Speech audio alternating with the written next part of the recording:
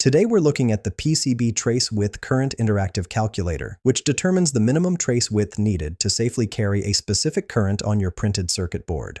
Let's walk through the inputs. First, select your copper weight from the drop-down menu. You can choose between 0.5 Oz, 1 Oz, 2 Oz, or 3 Oz. For this demonstration, I'm using 1 Oz copper weight. Next, enter your current in amps. This is the maximum current your trace will carry. Then input your allowable temperature rise in degrees Celsius. This is how much temperature increase you'll permit above ambient.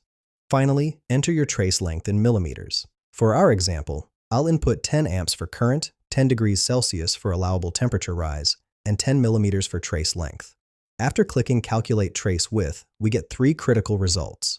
The min trace width is 283.2 mils, which is the minimum width your trace must be to safely handle 10 amps. The resistance is 0.67 milliohms, showing the trace's electrical resistance. The voltage drop is 6.7 millivolts, indicating the potential difference across your trace length.